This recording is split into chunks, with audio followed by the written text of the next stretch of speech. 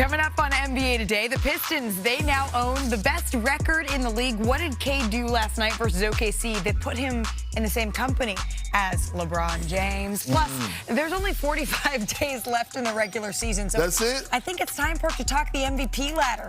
Who's climbing? Who's falling? And count them, 10 straight for Wemby and the San Antonio Spurs. Brian Windhorst puts the streak into perspective, and we examine just how close they are to catching OKC. NBA Today starts right now. The top two teams in the league, they squared off last night. The best record in the NBA was on the line. And ring, ring, ring, ring. Cade Cunningham, Jalen Duren, they answered the call in this one. Brian, we're going to pick this up with under 8 minutes left in the second quarter. Cunningham crosses up Cason Wallace, who's been playing great for OKC. Nails that one. He wanted to get going early on, and he did. And they had their great two-man game like you're going to see here working all night. Gives it to Jalen Duren, the little lob. The Pistons outscored the Thunder, by the way, 36-18 in the second quarter. That's OKC's worst point margin in any quarter this season. Of course, we should mention OKC's shorthanded here, but under 8 minutes left in the third. Nikola Topic gets a big block there by Cunningham. That was a big-time play. Yeah, that was certainly a big welcome back. Defense, and then Duncan Robinson able to lay it up and in, makes a little reverse layup there. And then a minute left in the third. Nothing easy when you play Detroit. Absolutely not. Cunningham gets the loose ball going coast to coast for the layup. Detroit, as you mentioned, once again, defense to offense, dominant in the third. And then Windy, watch Aaron Wiggins here. Crosses up Robinson and then knocks down the cool jumper. Yeah, they didn't give up on this game.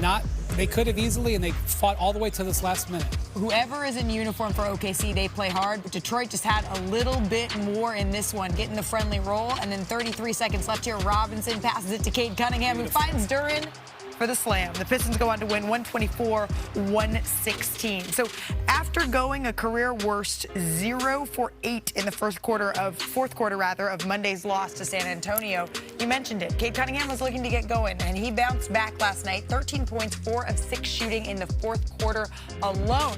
Hey, Perk, what did Cade show you? Well, he showed me a lot. And hello, world, and happy Thursday. He showed me why he's one of the top leaders in my MVP conversation. Because after coming from his worst game of the year against the San Antonio Spurs, you know what he did? He bounced back in great fashion, especially in the clutch. And with guys like Cade, for as elite guys, they study film and they learn from it. Watch this great screen by Jalen Duren. He has the patience, and all of a sudden he drives to the side, get to the elbow, get into his mid-range game. But here's the key point. They have Duncan Robinson on that side, so Cason Wallace is not able to help. Here it go again. OKC in the clutch sends a double team at Cade.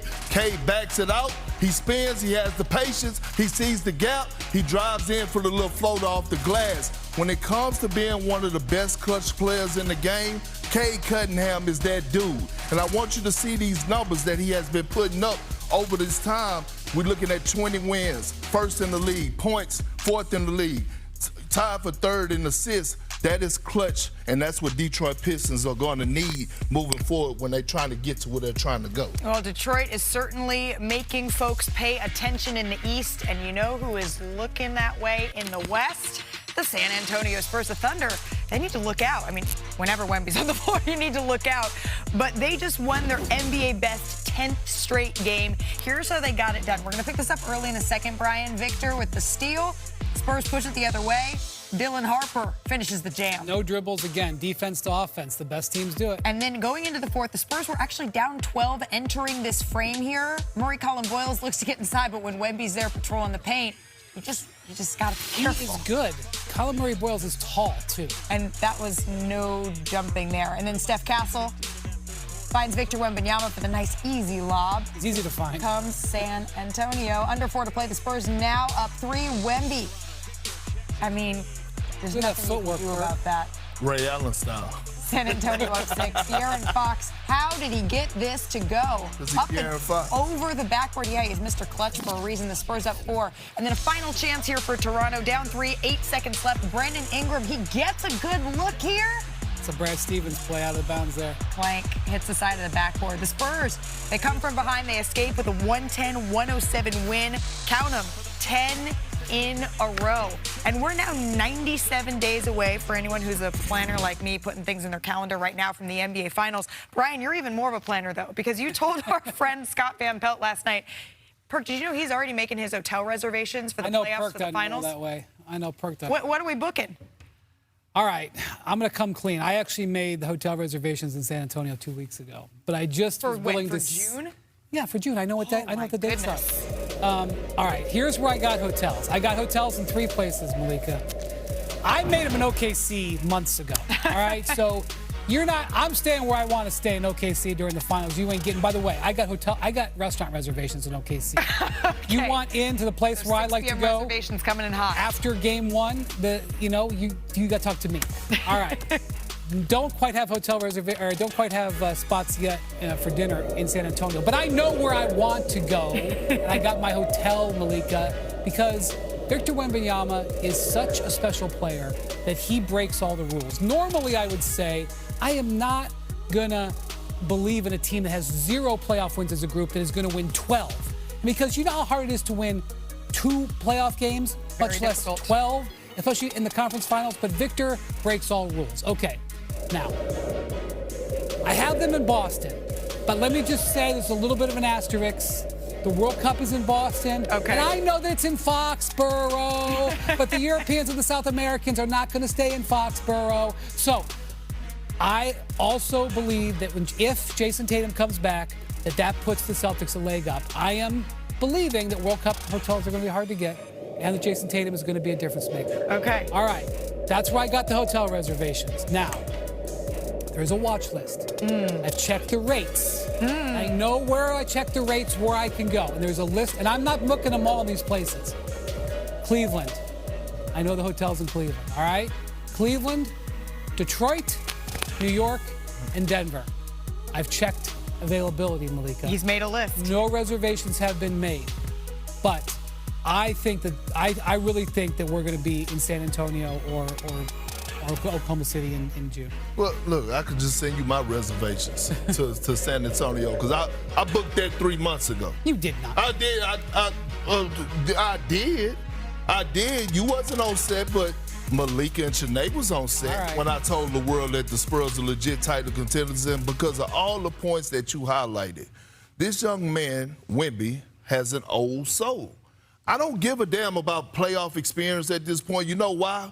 Because this team is also on a mission, and they're 2 games back. He has been saying that. They're on 2 games. They're 2 games back, and they're going to get the #1 spot in the Western Conference, because we just saw just how close they are to Oklahoma City. Hell yeah. And listen, when you don't have experience, you know how you make up for that? By having as many home games as you possibly can on your home floor in the postseason. That's how you make up, because we know role players play better at home. Wemby has shown us he don't give a damn if he's playing in France, San Antonio, Beaumont, Texas, wherever it's at, he's going to be Victor Wembanyama. And so, with that being said, we're looking at the Denver Nuggets, who doesn't look healthy, Oklahoma City, who's not healthy. The Spurs team is legit, and it's a reason, Malika and Wendy, that you haven't seen me on Wednesdays with my jacket on. With your Thunder jacket on? I'm going to tell him to keep a cool booty on this, because I actually feel my booty is never cool. I feel like it's okay. The Thunder are doing. I got Scott fouled. The Thunder are doing fine.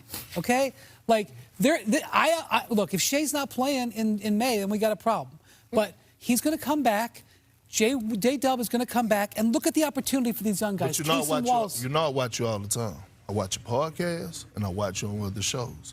You said something on First Take today that, hey, because Jay Will and Stephen A was somewhat disrespecting the Eastern Conference, you said, hey, let's not act like the Pacers didn't take the Oklahoma City to 7 games. And you can see how different it is with SGA on the floor for them versus when SGA's not there. No, right. I mean, look, and that's why he's one of the best, if not the best player in the world. But again, that Game 7 on OKC floor, they better be. I'm going to tell you, I do not know what would have happened even on Oklahoma It's City's one of the floor, biggest if. This is if what all Tyrese we're going to didn't get say. hurt. I'm just going to say. But if ifs were fifths. We'll all be The drunk. Thunder have some good stuff going.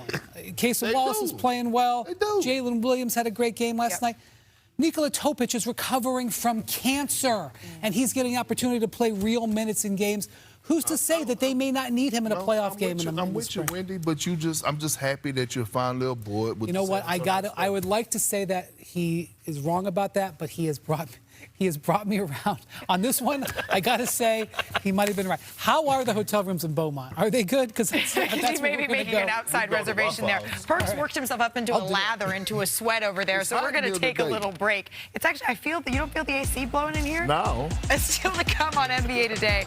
Let's talk about Jaylen Brown and Nikola Jokic. They duked it out last night. Our panel has some strong thoughts, though, on who gained the What they edge did last night? in the MVP race. They duked it out.